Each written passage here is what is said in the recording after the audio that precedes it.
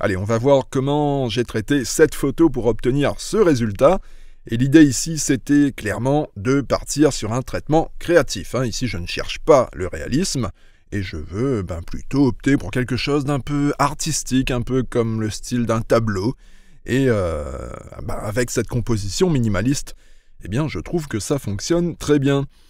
Allez, let's go, copie virtuelle déjà pour faciliter les comparaisons plus tard. Et je vais directement commencer par un recadrage, car cette photo, je prévois de la poster sur Instagram. Et le format le plus adapté pour les photos à la verticale, comme ici, c'est le format 4/5, histoire que ma photo occupe le maximum d'espace sur Instagram. Alors, cette photo, dans l'état, elle est toute simple, il n'y a rien d'exceptionnel. Certes, bon ok, la compo minimaliste est mignonne, mais au niveau lumière et relief, il n'y a pas de quoi s'emballer non plus.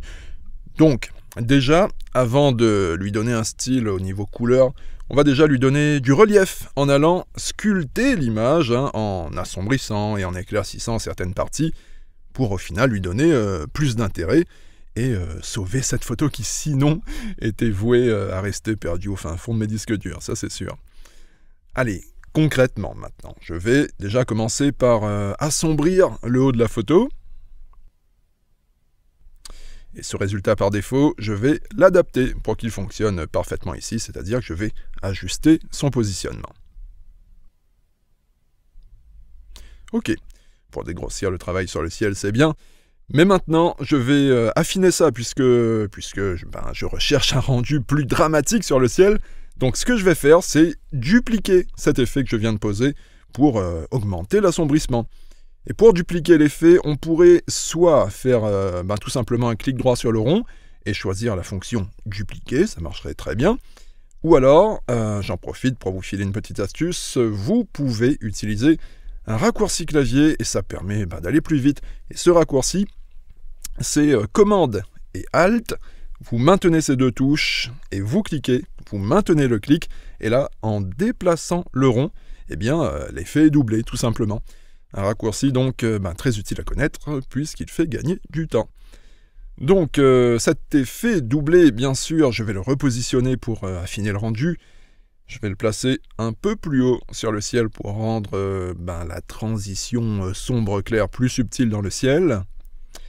Donc là c'est ok pour la partie haute et maintenant je vais m'occuper de la partie basse.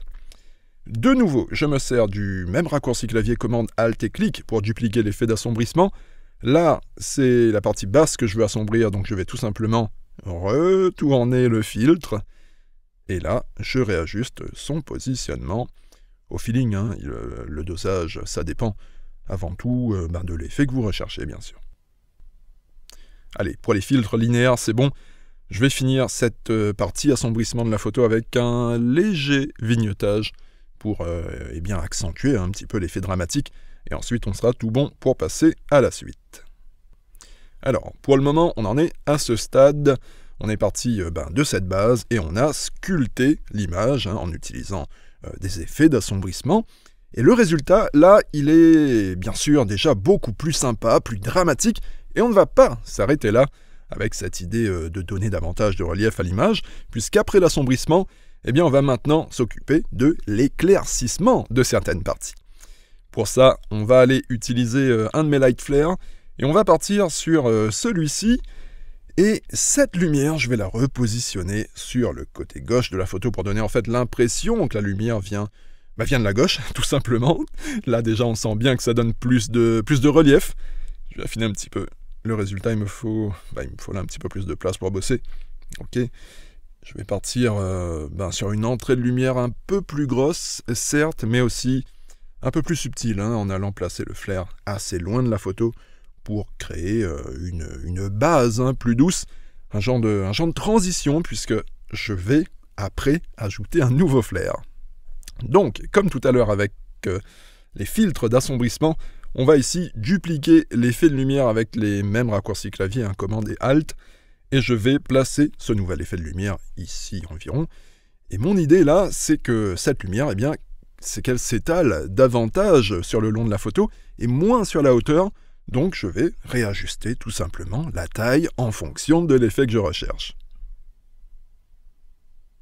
Et à tout moment, bien sûr, on peut réajuster le positionnement. Ok, donc là, pour la partie de sculpter l'image, lui donner plus de relief, c'est bon. C'est une partie très importante quand on bosse sur le traitement d'une photo. Jouer sur les oppositions de zones sombres et de zones claires, ça apporte vraiment beaucoup à une photo. Ça peut radicalement donner plus d'intérêt à l'image. Donc, quand cette étape très importante est terminée, là, je vais pouvoir maintenant bosser sur le style colorimétrique.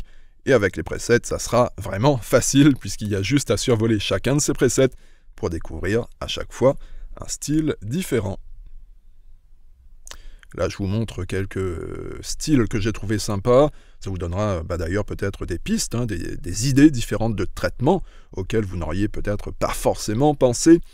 Et souvent, d'ailleurs, c'est comme ça que j'utilise mes presets, comme une base d'inspiration en fait. Si je suis un petit peu bloqué dans mes traitements, si je ne sais pas trop dans quel sens aller, eh bien, je check les différents presets pour me donner des idées, et éventuellement, après, je réajuste les réglages, puisque n'oubliez pas qu'on est dans Lightroom, et que chacun des réglages reste bien sûr accessible et modifiable dans la partie développement.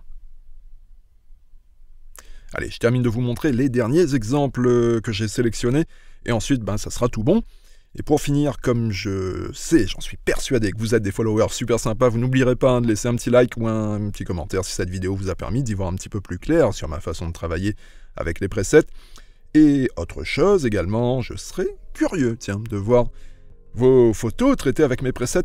Et d'ailleurs, certains d'entre vous ont déjà réalisé des traitements vraiment stylés. Je les ai remarqués et partagés dans ma story Instagram pour les plus belles réalisations que vous avez faites.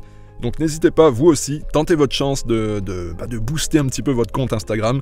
Vous ajoutez le hashtag BBoyPresets si vous utilisez mes presets sur vos photos et j'y jetterai un petit œil. Allez, merci, à bientôt, bye bye.